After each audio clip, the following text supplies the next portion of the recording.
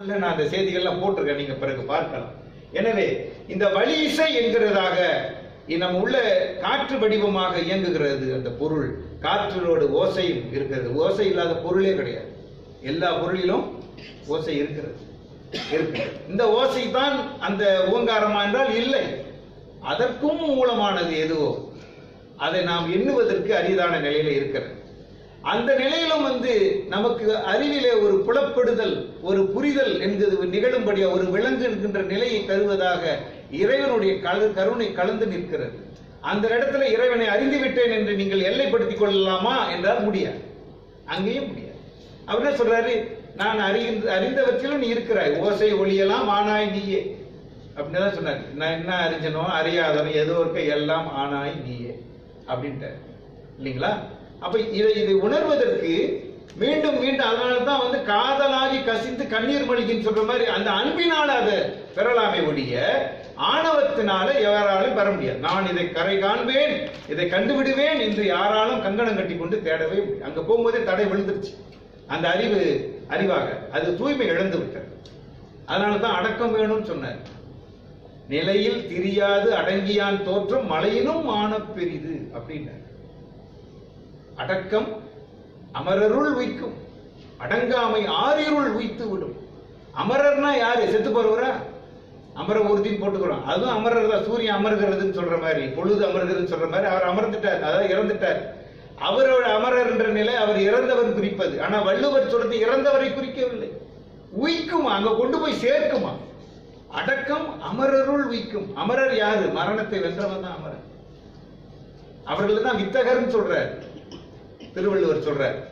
ஆக இந்த காலத்தால மிக பிந்தி வர வர நமக்கு வடமொழியினுடைய ஆதிக்கம், சமஸ்கிருத மொழியில உள்ள அறிஞர்கள், அந்த சார்ந்த கருத்து நெறிகள் தமிழகத்திலே ஒரு மறு வடிவமாக வேறு வேறு தலைமுறைகளில் கலக்கின்றன.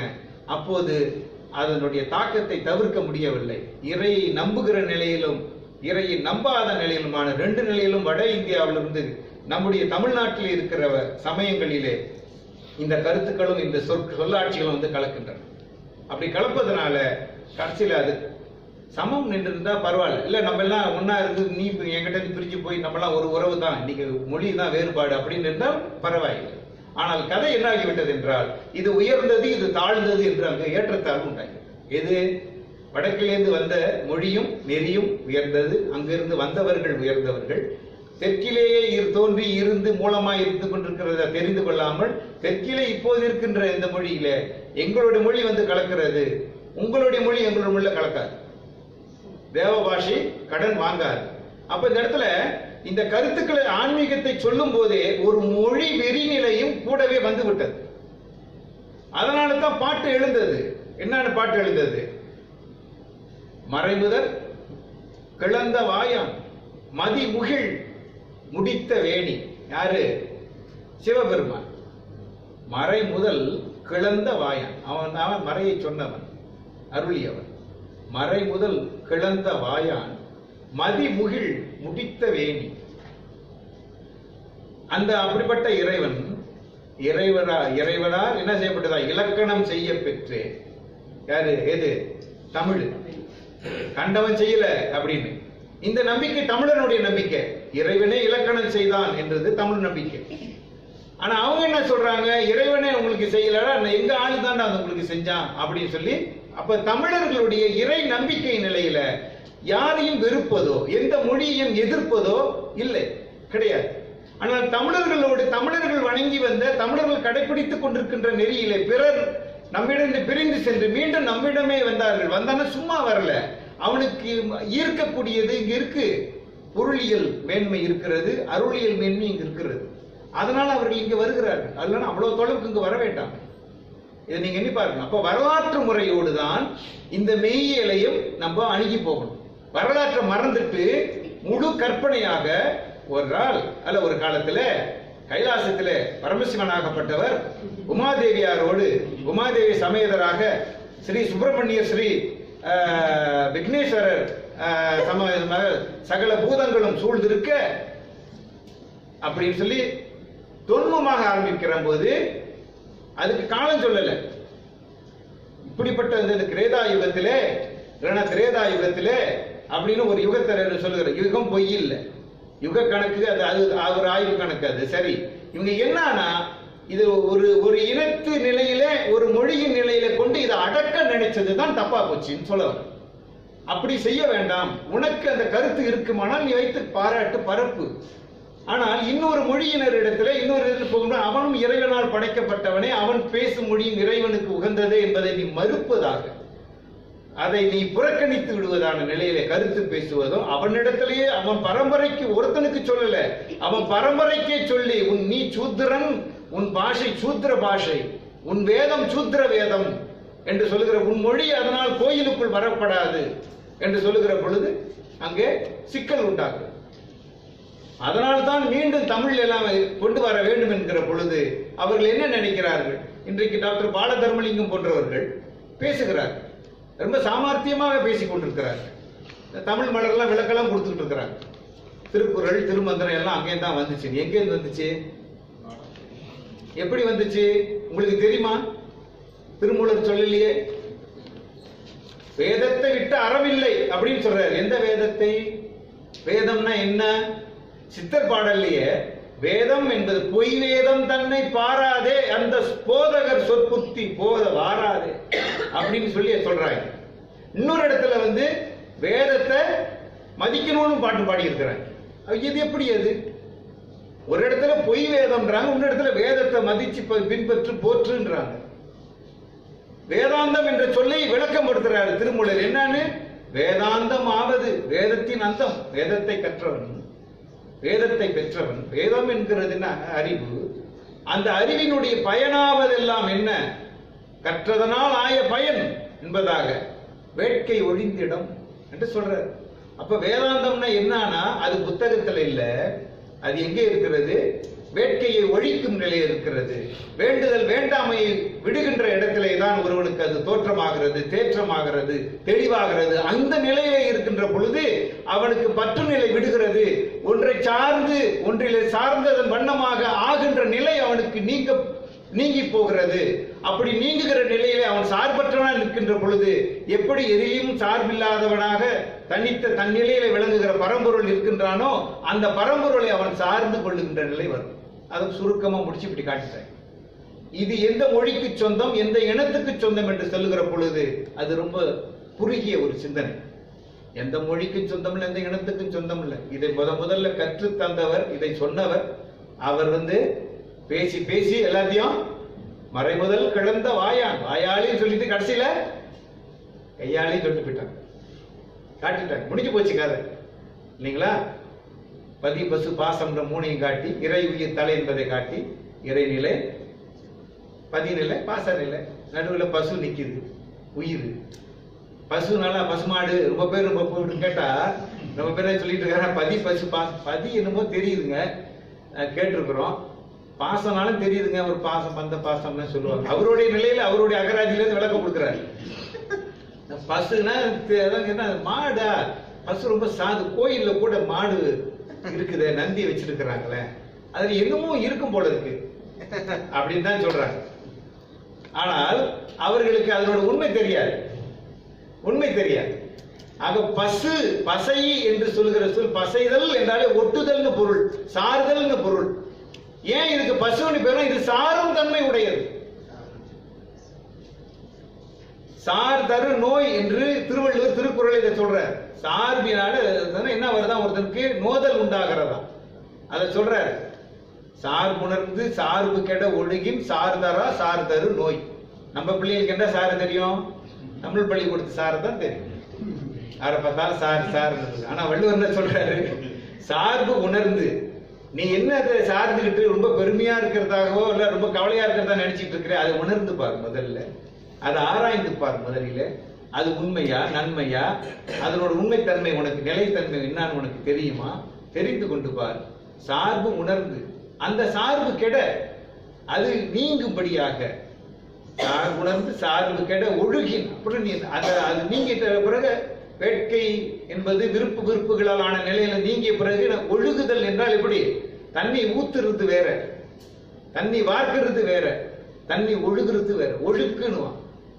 அதுக்கு ஒரு ஒரு ஒரு கால ஒரு நெறி உண்டு. அதுக்கு இப்போ சொட்டு சொட்டு சொட்டுன்னு விழுதுன்னா ஆங்கிலத்தில் ரிதம்ன்றாங்க. அந்த மாதிரி ஒரு தாள கதி அதில் உண்டு. அதுக்கு ஒரு ஒழுங்கு உண்டு. அப்படி ஒரு ஒழுங்கிலே வருவதனால அது வந்து அது நீர் வந்து ஒழுகுதல் என்று சொன்னார். ஒழுகுகிறது. அது போல ஒரு ஒழுக்கம் என்பது அது அப்பப்ப நினைச்சு நினைச்சு திடீர்னு வேகமா பக்தியா இருந்து திடீர்னு வந்து நான் ஒரு பக்தி வேணாடா இன்னைக்கு பரவாயில்ல நீங்க தள்ளி போடு. எங்க இடத்துல ஒருத்தர் இருக்காரு, அவரு திடீர்னு வியாழக்கிழமை செய்வோம், திடீர்னு சனிக்கிழமை செய்வோம்.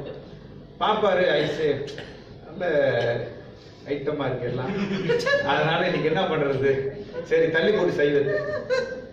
நீ எதுக்கு சைவம் உனக்கு? அப்போ உன் நம்பிக்கை என்னன்னா சைவமா இருந்தா கடவுள் எனக்கு எல்லா அருளையும் கொடுத்துருவாரு. அடப்பாவி, நீ தின்னு கழிக்கிற தீனிக்கு அவன் உனக்கு போட்டது, நீ அதுல நீ என்னமோ பண்ணி சாப்பிட்டு கடைசியில கொஞ்சம் அறிவு வந்தும் வராததா போச்சு, வந்தும் பயனற்றதா போச்சு.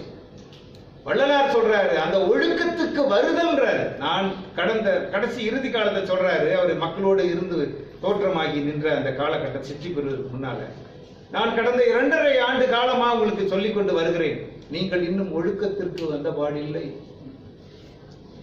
அவர் மட்டுமா சொல்லிட்டு வந்து போனார், எல்லாரும் தான் சொல்லிட்டு வந்து போனாங்க. நால்வரை போய் கேளுங்க, நம்ம சொல்றோம் ஓ அப்படி இருந்து பண்ணி நொந்து போய் தான் போயிருக்காங்க. யாரும் பார்த்து மகிழ்ந்தவனே கிடையாது. 4 பேரையே பார்த்திருக்காரு வள்ளலார், நான் நம்புறேன். கேட்கிற அவங்க கிட்ட போய் 4 பேர் பற்றி பாட்டு பாடிட்டு இருக்கிறார். அப்படி உருகி உருகி அவங்க கிட்ட வழி கேட்கிறார். இது என்ன அந்த சன்மார்க்கம் என்ன அப்படி இறைவனை அடைவது என்ன இந்த படிப்படின்னு சிலவற்றை அவர்களுக்கு காட்டுறாங்க. அவங்களும் இன்னும் மேல போய்கிட்டு தான் இருக்கு. நான் சொல்ற சொல்லி முடிக்கின்றேன். தார தாரையா அவங்க கண்களிலே நீர் வழிந்ததாக அவர் எழுதுறாரு. போய் படிச்சு பாருங்க அவருடைய சத்திய ஞான விண்ணப்பம், அதுல போய் படிச்சு பாருங்க. அதுல சொல்லுவார், இப்படிப்பட்ட இந்த அசுத்த நாவினாலே அவர் சொல்றார், அவர் நாவ அசுத்த நாவா, அசுத்தத்தை தின்ற நாவா, அசிங்கத்தை பேசிய நாவா கிடையாது. அப்படிப்பட்டவர் அவர் சொல்றாரு, உங்களுடைய அந்த திருப்பெயரை சொல்லி பழகி நினைவு அதுல பதிந்து நின்று உங்கள் மயமாகி அப்படியெல்லாம் ஒழுகி அதுல உயர்ந்து போனவன். அப்படி போய் இந்த மாதிரியான பெரியவர்களை பார்க்கிறோம். அந்த பெரியவர்கள் நம்மிலும் இன்னும் தூயவர்கள். அவர்களோ வந்து கேட்டால் வந்து அவர்களும் எங்களுக்கும் ஏதும் அதை சொல்லி முடிவாகி சொல்லி முடிக்க முடியவில்லை என்றார். அதான் போன முறை நான் பாட்டு காட்டினேன். அந்தரம் முழுதும் கண்டோம், பரிக்கிரக நிலைகள் முழுதும் கண்டோம். இப்பெல்லாம் அந்த பாட்டெல்லாம் பார்த்தோம்ல போன தடவை. இதெல்லாம் தேடினேன், அந்த அண்டத்தில் இதெல்லாம் பார்த்தேன். ஆனால் பரமனே உன்னை நாங்கள் பார்க்க முடியல, உன்னை அளக்க முடியல, எங்களுடைய அறிவில் அகப்படவில்லை. இவ்வளவு பெருசு இவ்வளவு பெருசு இவ்வளவு பெருசு பெருசு தான். இந்த பெருசு தான் அறிவியல் பெருமையா பேசிட்டு இருக்கிறது. அறிவியல் அறிஞர்கள் பெருசா பேசிக் கொண்டிருக்கிறார்கள். அளந்து விட்டோம் இருக்கிறது. பிக் பேங் தியோரி, பெரிய பெருவெடிப்பு கோட்பாடு தத்துவம், அதுல இருந்து உலகம் இப்படி வந்திருக்கும். இல்ல ஐன்ஸ்டீன் சொல்றது சரியில்லை. எப்படி மதத்தில் நாம் வந்து இருக்கின்ற எந்த அறிவியல் அறிஞனும் இதை உருவாக்கவில்லை. ஒரு அணுவை எவனாலும் உருவாக்க முடியாது, படைக்க முடியாது. குளோனிங்னு வந்தது போது கூட இவன் என்ன செய்யலாம், இருப்பதில் இருந்து இவன் அதை போலித்து கொடுக்க முடியுமே தவிர இவன் ஒன்றை உருவாக்க முடியாது. இதை உணர்ந்துட்டாலே அப்படி நம்ம ஆணவம் அப்படியே பொசுக்குன்னு ஒண்ணுமெல்லாம் போயிடும். உடனே அப்ப என்ன வரும், சரணம் தான் வரும். அவன் பணிச்சிடுவான். அதனாலதான் பணியுமாம் என்று பெருமை, சிறுமை அணியுமாம் தன்னை வியந்து. அப்ப தன்னை வியந்து வியந்து நான் அறிந்தேன் அறிந்தேன், நான் அறிவாளி, நான் ரொம்ப உணர்ந்தவன், ரொம்ப தெரிஞ்சவன், இதை கண்டவன், இந்த சித்தியெல்லாம் பெற்றவன். நீ என்ன பெற்று என்ன என்ன பெற்று என்ன? சித்தி எல்லாம் பெற்றாலும் சினமிறக்க கற்றாலும் மனமிறக்க கல்லாருக்கு வாயேன் பராபரமே. தாய்மானவர் சொல்றாரு. என்னென்ன சித்திகள்லாம் சொல்றாங்க. அந்த சித்தி இந்த சித்தி, இப்படியாக்கி மலையை நான் வந்து பொடியாக்கி விடுவேன், மிகப்பெரிய தோற்றத்தை எடுப்பேன், எந்த கடவுளினுடைய உருவத்திலும் நான் வந்து நிற்பேன், எல்லாம் பண்ணுவேன். ஒண்ணுமில்லாதவனுக்கு அது ரொம்ப பெருசா தான் தெரியும். இவன் சரி எல்லாம் இருக்க, நீ புதுசா ஒண்ணு கொண்டு வா பார்ப்போம். முன்னாலே முடியாது. அறிவியல் திமிரு பேசி கொண்டிருக்கிறவனுக்கு தெரியும். ஆனா அறிவியல் எல்லாம் கெட்டவன் சொல்லு, நல்லது, அதை ஒழுங்கா பயன்படுத்தணும். அந்த சொல்ற இந்த அறிவெல்லாம் நாம் அறிவறிதல் என்று திருவள்ளுவர் ரொம்ப அழகா சொல்லிட்டு போயிருக்கிறார். அது பண்பின் வழிபட்டது, தீமை இல்லாதது.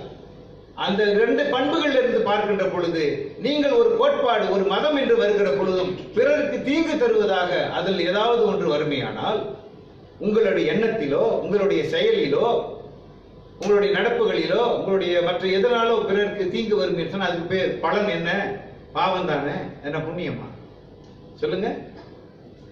இதெல்லாம் எண்ணி பார்க்க வேண்டும். எண்ணி பார்க்கின்ற பொழுது எல்லா உயிர்களையும் எல்லா நிலைகளையும் உள்ள உணர்ந்து பார்க்கின்ற பொழுது உயிர்களினுடைய வாழ்க்கை உரிமை சமநிலை என்பது நமக்கு ஏற்புடையதாக ஒத்துக்கொள்ளக்கூடியதாக இருக்கிறது. என்னுடைய உரிமையை ஒருவர் ஒத்துக்கொள்ளவில்லை என்றால் அவர் என்ன பண்ணுவாரு? என் உரிமையை அவர் அழிக்கத்தான் பார்ப்பார். அவருக்கு நிகராக நான் இருப்பதை விரும்ப மாட்டார். அவருக்கு மேலாக நான் வளர்வது என்ற ஒரு நிலை வந்தால் கூட அது விரும்பவே மாட்டார். அப்ப என்ன பண்ணுவாரு? என்னுடைய வளர்ச்சியை கெடுப்பார், தடுப்பார். முடிந்தால் என்னையே இந்த உடம்பில் இருந்து நீக்குவதற்கு வேலை செய்து விடுவார். அதனால் அவர் கட்டி கொண்டது பெரும் புண்ணியம். அவர் எங்க கொண்டு போய் சேர்க்கும்? அப்ப இதுக்காக போயிட்டு இவனை கதையை முடிச்சிரு சாமி அப்படின்னு சொல்லி போயிட்டு சாமியை வரவழைச்சு அதுகிட்டே சொல்லி சரி இது கொண்டு வை, அவன் வீட்டு முன்னுக்கு புதைச்சு வை, நாளைக்கு பாரு அவன் என்ன ஆகிறான் பாரு அப்படின்னு இது சொல்றதா சில்லற சாமிங்க. இதெல்லாம் ஆசை விருப்பு வெறுப்புகளிலே உழந்து கிடக்கின்ற ஆன்மாக்களை தவிர இவை கடவுளாக. வேண்டுதல் வேண்டாமை இலான் அடி என்று சொன்னது வேட்கை ஒளிந்திடம் என்று சொன்னது நீங்க நினைப்ப இதுக்கும் அதுக்கும் எங்கேயோ இப்படி பேதமையில் கிடக்கிற மக்களை இதுவும் கடவுள் நெறி, இதுவும் நம்முடைய சமயம், இது தாண்டா இந்து சமயம் சொல்லி நீங்க புதுசா வெள்ளக்காரன் கொடுத்த புது பிராண்டிங், புதுசா அவன் கொடுத்த முத்திரை. அவன் யார்? அவன் புதுசா இதுக்கு கொடுக்கறதுக்கு இதுக்கு என்ன பேரு? இந்த நெறிய நம்ம முன்னோர்கள் என்ன பிள்ளைய பெற்றோம் பேர் வைக்காமையா போயிட்டா? ஏய் இங்க வா அப்படின்னு கூப்பிட்டு இருந்தான். சொல்லுங்க. அப்ப நம்ம முன்னோர்கள் என்ன கண்டார்கள், என்ன உணர்ந்தார்கள், அது எங்கே இருக்கிறது? இதை தேடுகிற பொழுதுதான் தேடி தேடி அந்த தேடல் உள்ளவனுக்கு தமிழிலே என்ன இருக்கிறது என்பதை அவனால் அறிய முடிகிறது. அப்படி அறிந்து கொண்டவன் சும்மா இருக்க முடியல. அவன் என்ன பண்றான்? தன்னுடைய இனத்திலே தன்னை போல தமிழ் அறிந்தவனுக்கு அதையும் அவன் தெரிய செய்கின்றான். அதனாலதான் இறைவனை பாடும்போது தமிழ் தமிழ் என்று பாடினார்கள். 3000 தமிழ் என்றார்கள். ஒரு தமிழ் தானே இருக்குன்னு பகுத்தறிவாதமா கேட்கலாம். தமிழ் ஒண்ணு தானே இருந்தாங்க. ஒரு 3000 தமிழ்ன்றார். 3000 பாட்டு, திருமூலர் பாட்டு 3000 தமிழ் இல்லைங்களா? சம்பந்தன் பாடிய நற்றமிழ் என்று சொன்னார்கள் இல்லைங்களா? ஏன்? ஞாலம் அளந்த மேன்மை தமிழ் என்று சொன்னார்கள். ஏன்? அங்க போனா உலகெல்லாம் உணர்ந்து ஓதற்கரியவன் நிலவுலாவிய நீர்மொழி வேணியன் அழகில் சோதியன் அம்பலத்தாடுவான் மலர் சிலம்படி வாழ்த்தி வணங்குவான். ரோமனைஸ்ல படிச்சிருச்சு பிள்ளை. அதனால இங்கிலீஷ் மேல இருக்கிற மரியாதையில இங்கிலீஷ் இன்னும் படிக்குது. தமிழில் உள்ள பாட்டை ரோமனைஸ் மாற்றி படிச்சுட்டு அதுக்கு தமிழ் பக்கம் போக மனசு வரவே இல்லை. அடடா இதை நம்ம இப்படி படிக்கிறோமே, சேக்கிழார் இதை எப்படி பாடி இருக்கிறார், எவ்வளவு அழகான பாட்டு. இந்த ஓங்கார தத்துவம் அந்த மலர் சிலம்படி வாழ்த்தி வணங்குவான் அழகில் சோதியம் அம்பலத்து ஆடுவான் மலர் சிலம்பு அடி. சிலம்படினா அது என்ன அடி? என்ன அது சிலம்பு? அவர் என்ன பரதநாட்டிய புள்ளிங்க கட்டிக்கிட்டு ஆடுற சிலம்ப இறைவன் கட்டிக்கிட்டு ஆடுறாரோ அதுவா சொல்றாரு? இல்ல. மலர் மிசை ஏகினார் மானடி சேர்ந்தார், அதே அடிதான். அங்கே மலர் சிலம்படின்னு இவர் விதிக்கிறார். மலரடின்னு சொல்லல, மலர் சிலம்படின்றார். அந்த சிலம்பு என்பது என்ன? ஓசை, ஒளி. ஓசை என்ன, ஒளி என்ன? இதான் கதை. ஆக மீண்டும் மீண்டும் இந்த தத்துவத்தை புரிய வைக்கிறதுக்கு அதை கொண்டு வந்தார்கள். நிலவு உலாவிய அந்த நீர்மணி வேணி என்ற அந்த சடை கோலம் என்கிறது என்ன அப்படின்னு தனியா பாட்டு இருக்கு திருமந்திரத்தில். இதை எடுத்து தமிழனுக்கு சொன்னா அந்த சிவ தோற்றத்தில் இருந்து அவன் காண வேண்டியது என்னன்னு தெரியும். இல்ல எங்க கடவுள் பாம்பு மேல விட்டுக்குவார், யானையை உரிச்சு தோலை போட்டுக்குவார், புளிய அடிச்சு கொண்டுட்டு ஏண்டா ஏன் அவர் கொண்டாரு. அப்புறம் இன்னும் கொஞ்சம் கொஞ்சம் கண்டுபிடிச்சு வர நினைச்சுக்கிறவர் சொல்றாரு, இல்ல இல்ல அவெல்லாம் கொள்ளாத அரக்கனுங்க, தேவர்களை ரொம்ப இம்சை பண்ணாங்க, எல்லாம் போய் முறையிட்டாங்க. இறைவன் கருணை கடல் அல்லவா, அதனால அவங்க துன்பத்தை தீர்க்கிறதுக்கு அதை கொண்டுட்டாங்க. கொண்டுட்டு தோல் எடுத்து சரி கொண்டாச்சு, அப்புறம் அது தோல் ஏன் அவருக்கு அது வரைக்கும் ஆடை இல்லாம இருந்தாரு. என்னப்பா பேசுறீங்க, எப்படி கேவலப்படுத்துறீங்களே, சொல்லலாமா அப்படி? எண்ணி பார்க்க வேண்டாம். அப்ப உண்மையை தெரிந்து கொள்ளாமல் எல்லாவற்றுக்கும் அவசரப்பட்டு நாம் போகிறோம். நான் ஏன் இன்னைக்கு உங்களுக்கு இவ்வளவு கதை சொல்றேன் அப்படின்னு சொன்னா, ஏன்னா வருகின்ற கூட்டம் மாறி மாறி வருவதனாலே முன்ன வந்தவர் பின்ன இல்லை, பின்ன வந்தவர் இனி வருவார் என்பது தெரியவில்லை. ஆனா முயற்சி செய்கிறார்கள். அண்ணாவும் மருத்துவரும் ஐயா ஜகா அவர்களும் கண்ணன் அவர்களும் மற்றுள்ள அன்பர்களும். ஆகையினால அந்தவர்களோடு நீங்க சேர்ந்து உணர்ந்து வர வேண்டும் என்பதற்காக எல்லாத்தையும் தொகுத்து சுருக்கி ஒரே வில்லையே அங்கே நிப்பாட்டிட்டு இருக்கிறேன். அடுத்த மாத்திரைக்கு நான் போகல. ஆக இதுவரைக்கும் என்னவா பார்த்தோம், எப்படி பார்க்கிறோம் இதனை என்பதை நான் உங்களுக்கு தெரிவித்துக் கொள்ளும் வகையிலே தான் இதை கொண்டு வந்திருக்கின்றேன்.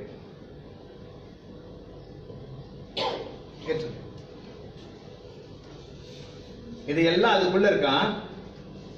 இப்ப நீங்க அதை அறிவியல் முறையிலும் பார்க்கலாம், ஒரு உருவக முறையிலும் பார்க்கலாம். உருவக முறையில சொன்னதுதான் என்னது, மலர் சிலம்படி வாழ்த்தி வணங்குவாம் என்று சொன்ன.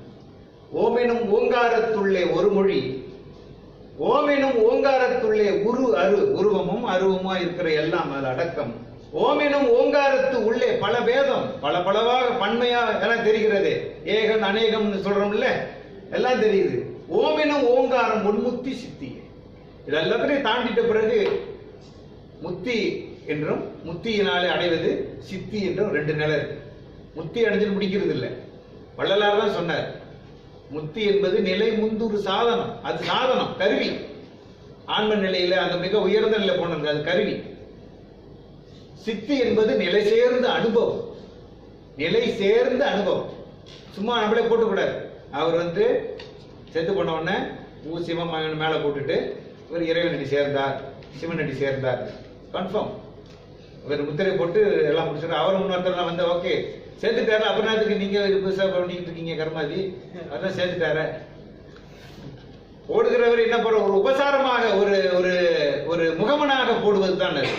ஆனால் மக்கள் என்ன நினைக்கிறாங்க, என்ன போடுறோம் எப்படி எழுதுறோம்னு கூட சிந்திப்பது கிடையாது. நம்ம அப்படி நினைச்சுக்கிறோம்.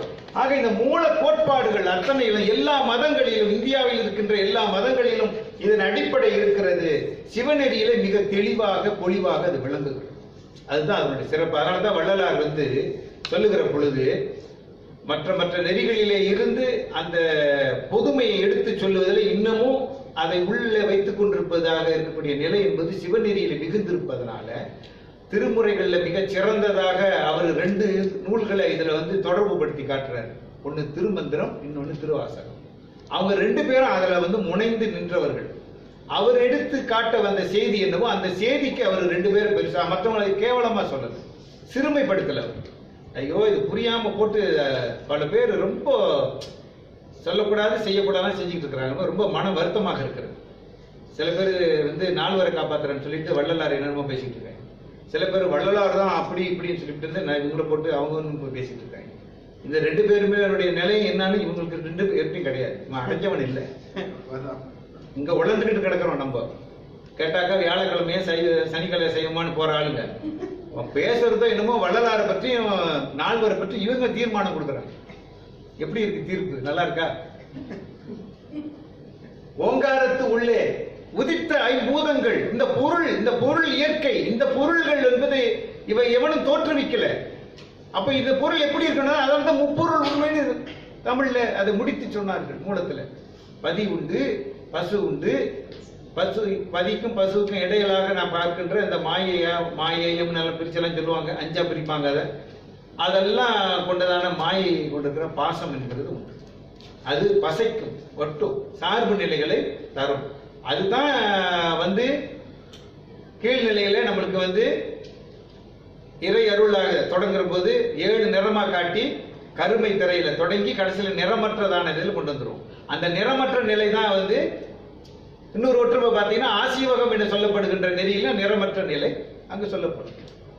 இப்ப அதை வச்சுட்டு சில பேர் என்ன சொல்றாங்க, வள்ளலார் சமண சமயத்துல இருந்துட்டார் அப்படின்னு. எந்த சமயத்திலையும் இல்ல.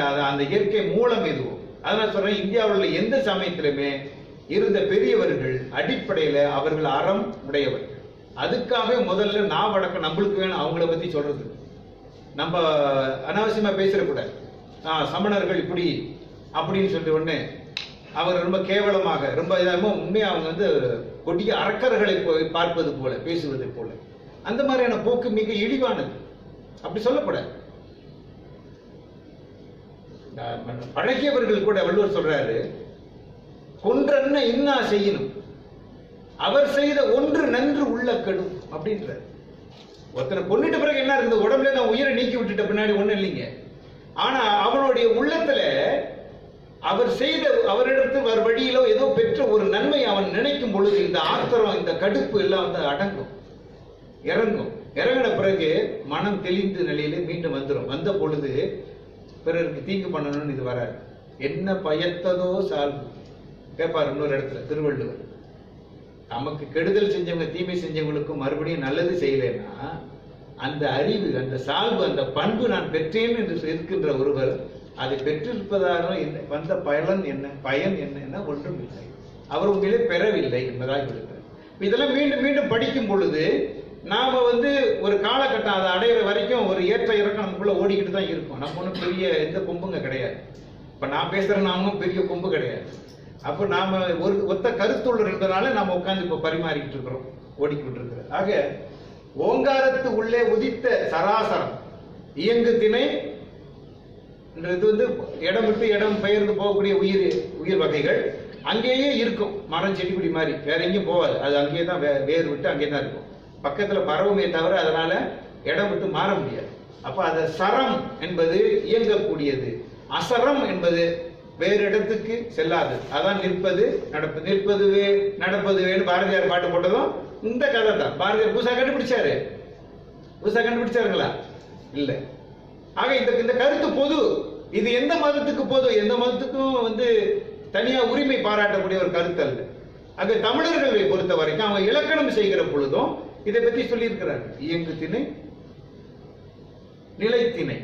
இந்த தாவரங்கள்லாம் நிலைத்திணை என்று நீங்க தனித்தமிழ் இயக்கம் தொடங்கிய காலத்துல இதெல்லாம் சொல்லும்போது தாவரத்துக்கு என்ன பேர், தா என்றால் என்ன, ஸ்தா என்று சமஸ்கிருத விளக்கம் கொடுப்பான். ஸ்தானா நிலையா அங்கே இரு, நிலைத்து இரு, ஸ்தா அப்படிங்கிறது.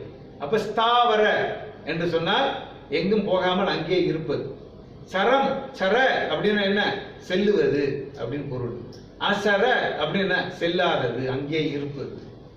இவ்வளவுதான் கதை. ஆனா இல்ல, அது கேட்ட உடனே இந்த வார்த்தைய இது அசரம் சரம்னு கேட்ட உடனே அடி வயிற்றுல மூலாதாரத்துல இருந்து ஞானம் கிளம்புதான்.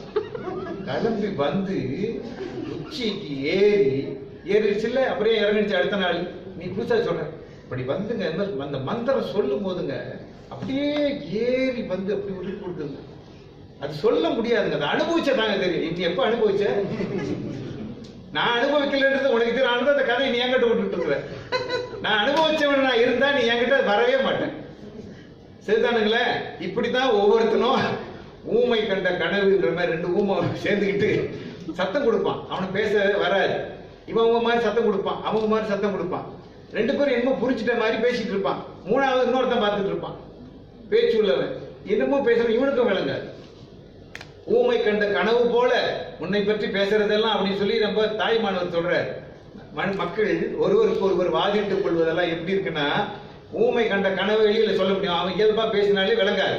அவன் சொல்ல முயற்சி பண்றான் இன்னதான் அப்படின்னு. ஒரு வேளை கனவு கண்ட கனவு பொய் இல்லை இல்லையா, சில இது நனவுகளை திரும்பவில்லை அந்த மாதிரி வச்சுக்கிட்டு அவன் கனவு கண்டதுதான் அவன் பொறுத்த வரைக்கும். ஆனா அதை சொல்ல முடியலையா வெளியில. அதனாலதான் கடைசியில எல்லாம் என்ன ஆயிடுறாங்க, அமைதி, மௌனம், மோனம் என்று சொல்ற. சமஸ்கிருதத்துல அந்த மோனம் என்பது மௌனம் நாக்கிட்டு, இப்ப சொல்றோம் மௌனத்தை தான் தூக்கி நீ மோனம் நாக்கிட்டு. ஏன்பா இப்படி சொல்லப்பட்டிருக்கீங்களே, நாங்க ஒண்ணுமே சொல்லலையே, உங்க மொழியை படிக்கல, உங்க இனத்தை படிக்கல, நீங்க ஏன்பா எங்க மொழியில இருந்து இவ்வளவு கோளாறு பண்ணிட்டு இருக்கீங்க? இதுதான் நம்ம எண்ணி பார்க்க வேண்டியது. எனவே இந்த ஓங்கார நிலையில வருகின்ற பொழுது எல்லா கருத்துக்களும் இதை ஓங்கார கருத்தியல் என்று சொல்லுகிறோம். மூலமாக ஒரு பொருள் தோன்றுகிறது. மேல போங்க, மேல போயிட்டு போங்க, நீ போங்க, நான் சொல்றேன் போங்க.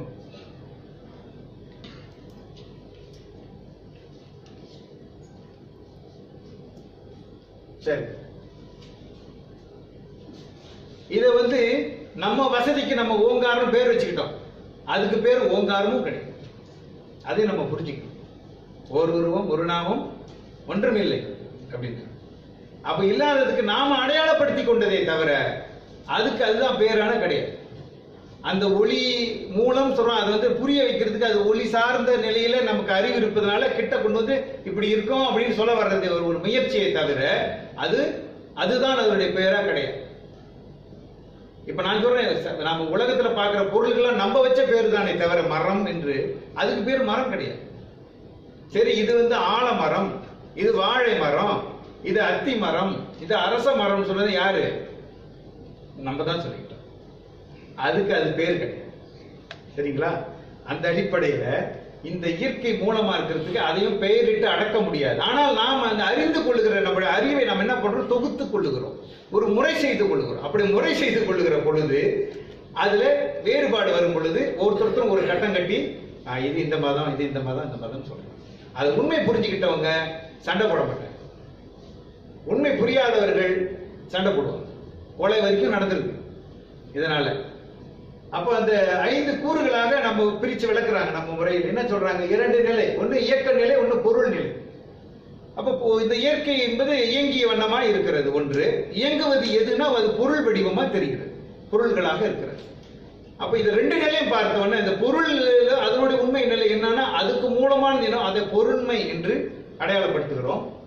இந்த வினைப்பட்டு கொண்டே இருக்கிறத, இந்த செயல் நிற்கவே இல்லை, ஓடிக்கொண்டே இருக்கிறது. தோன்றுகிறது, வாழ்கிறது, மறைகிறது, அழிகிறது, மீண்டும் தோன்றுகிறது, வருகிறது. அது இயற்கை தானா நடக்குது ஒரு பார்வை. இன்னொன்று தோன்றவில்லை, தோற்றுவிக்கப்படுகிறது. அது வாழவில்லை, வாழ்விக்கப்படுகிறது. இல்லை அழியவில்லை, அழிவிக்கப்படுகிறது. இப்படி சொல்றது 2 நிலை. இது நம்ம பார்வையில் தான்.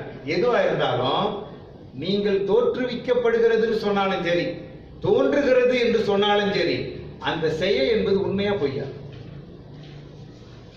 சொல்லுங்க. தோன்றுதல், தோன்றி இருந்து இயங்குதல், இயங்கி இருந்து மறைதல் என்பது உண்மையா பொய்யா? உண்மை.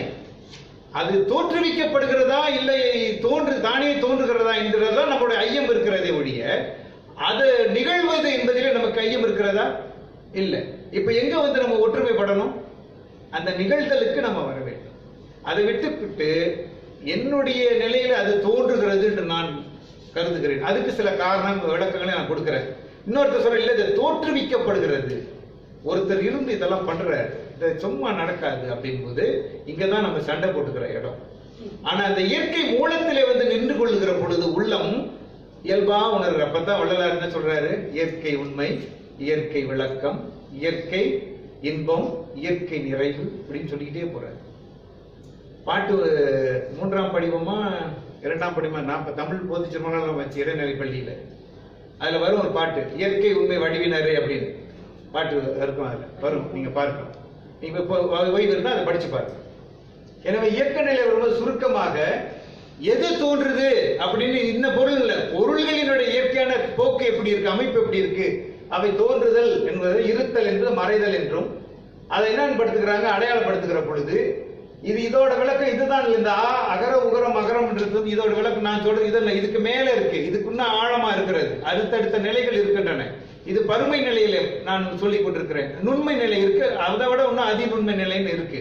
அது அந்தந்த பக்குவ நிலை உடையவர்கள் அவங்களுக்கு அது போதுவிக்கப்பட்டது அல்லது உணர்த்தப்பட்டது. அது ஆசான் அருகில் இருந்து கற்பது, கசடற்று கற்பது ஒன்று. முதல்ல கசடு அற கற்பது ஒன்று. அது புரிஞ்சுக்கணும். நீங்க கல்விக்கு கரை இல்லை, அறிவுக்கு எல்லை இல்லை. அதை நம்ம உணர்ந்துக்கணும். அதுக்கு எல்லை இல்லைன்னு சொல்லுறது நமக்கு. அதனால தான் எல்லை இல்ல பரம்பொருள், ஓர் எல்லை அது பரம்பொருள் என்று சுந்தரம் பிள்ளையோட பாட்டிலே நீங்க பார்த்திருக்கலாம். எனவே இதை அடையாளப்படுத்துகிறார்கள். அப்படி அகரம் என்கிற பொழுது தமிழ அவன் மொழியையும் இதையும் ரொம்ப அழகா அந்த மொழியோடையே இந்த நெறியை சேர்த்து வச்சிருக்கிறான். வாய் திறக்கும் பொழுது சும்மா இருக்கிறது, அப்படி திறக்கிறது அங்காத்தல் தோன்றுதல், அப்படி இருந்து அப்படி சேர்த்து அப்படி அப்படி குவிச்சு ஒரு இதில் வைக்கிறது, அது உகரம். திறந்தது, குவிந்தது, மூடியது, அடங்கிருச்சு, அது மறைதல் அல்லது மறைத்தல் வச்சுக்க. அது பொருள் நிலையில என்னவா இருக்குன்னா 2 நிலை. ஒன்று ஓசை ஒளி, இன்னொன்று வெளிச்சம் சத்தம். ஓசையும் ஒளி, ஒளி ஒளி.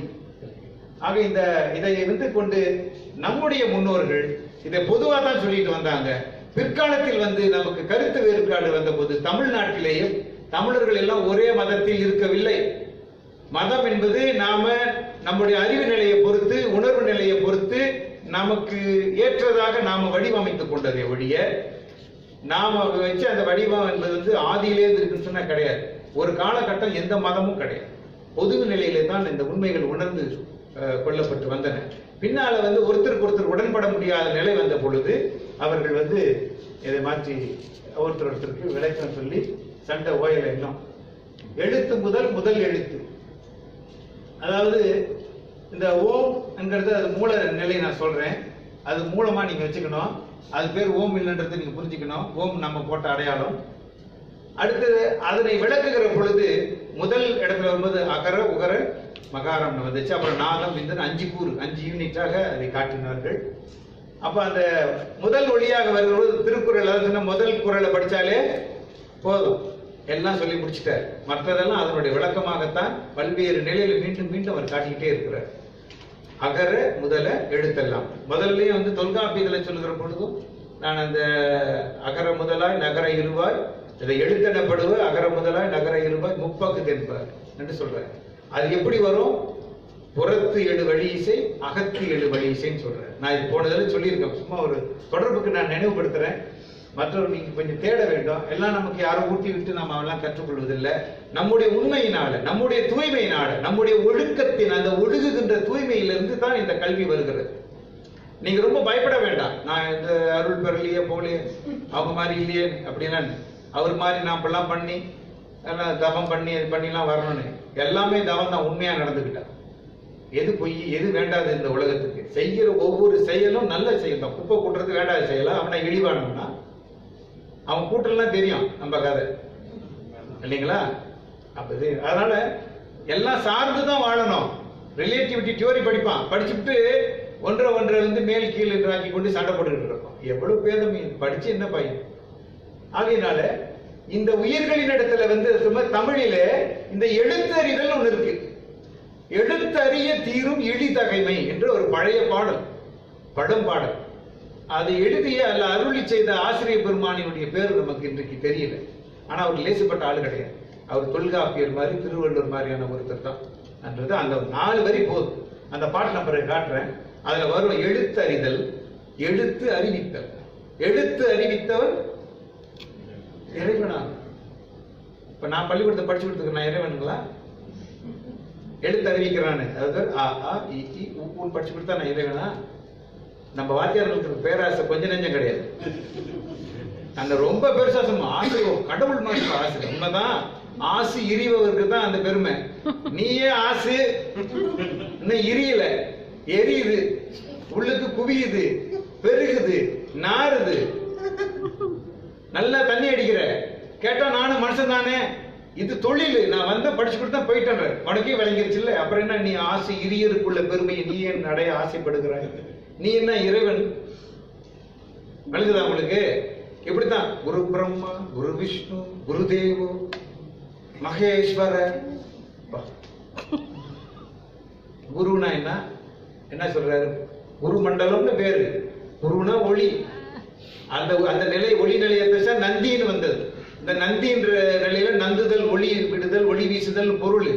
சிவபெருமானை நந்தின்னு சொன்னார்னா அவருடைய அந்த ஒளி நிலை தான். அந்த ஒளி நிலைக்கு பின்னால கடைசியா நமக்கு 180 ஆண்டு 90 ஆண்டுகள் வாக்கில இப்போ நமக்கு வள்ளலார் காட்டிட்டு போனாரு, இது என்ன கதை அப்படின்ட்டு. ஆனா நம்ம அதை கேட்டுக்க விருப்பமா இல்ல. ஏதோ கொடுப்பேன், நீ எனக்கு கொடுத்துக்கிட்டே இரு, அதுதான் எனக்கு கடவுள், எனக்கு பிறப்பு அறுக்கணும்ன்றத கதை. அதனாலதான் இந்த செய்திகளை மக்கள் கேட்க விரும்புறதே கிடையாது. இப்ப நீங்களாம் உட்காந்துட்டு இருக்கீங்க, எல்லாரும் உட்கார மாட்டேன்னா எத்தனை பேர் எழுச்சி போயிட்டு இருப்பாங்க. சரி, ஆக எழுத்து அறிதல், எழுத்து அறிவித்தல், எழுத்து அறிய தீரும் இழிதகமை. அப்படின்னா உங்ககிட்ட என்ன இழிதகமை? இழிவான தகுதி. அது இழிந்த ஒரு தன்மை நம்ம கிட்ட இருக்கிறது. நம்ம இழிவு செய்து கொள்வது, இழிவான தன்மைக்கு தள்ளுவது என்பது அது பொருள். நம்ம உயர்ந்த நிலைக்கு கொண்டு போய் அமரருள் உய்க்கும் அந்த இடத்துக்கு கொண்டு போகாத ஒன்று நம்மோடு இருக்கிறது. அதுதான் கசடு, அதுதான் மாசு. அதனால்தான் அந்த மாசற்ற கொள்கை மனத்தில் அடைந்த கால் ஈசனை காட்டும் உடம்பு அப்படின்னு வந்தானே சிவபெருமான் சூழத்தோடு நின்று தப்பார் நான் தான் அப்படின்னு ஏற்கனவே பார்த்துட்டீங்களே. அப்ப எந்த ஈசனை சொல்றாங்க அவங்க? எப்படி நிக்கிறார் ஈசன்? ஊனுக்குள் ஈசன் ஒளிந்திருந்தானே அப்படின்னா எப்படி? இதெல்லாம் ரொம்ப அவசரம் நம்மளுக்கு. போட்டு அவன் ஒரு கணக்கு வச்சிருப்பான், அப்படின்னா அரிசி இப்படிதான் வந்திருப்பான். இவன் போடுற கணக்கு ஒண்ணு இருக்குல்ல, அதே மாதிரி கடவுளையும் கணக்கு போட்டு வச்சிருக்கான். அவங்க காட்டின அந்த சிவபெருமானுடைய உருவம் என்பதோ சிவ இலங்கம் என்பதனுடைய பொருள் என்பது வேற. சிவன் சிவலிங்கம்னு சொல்லிட்டாரு.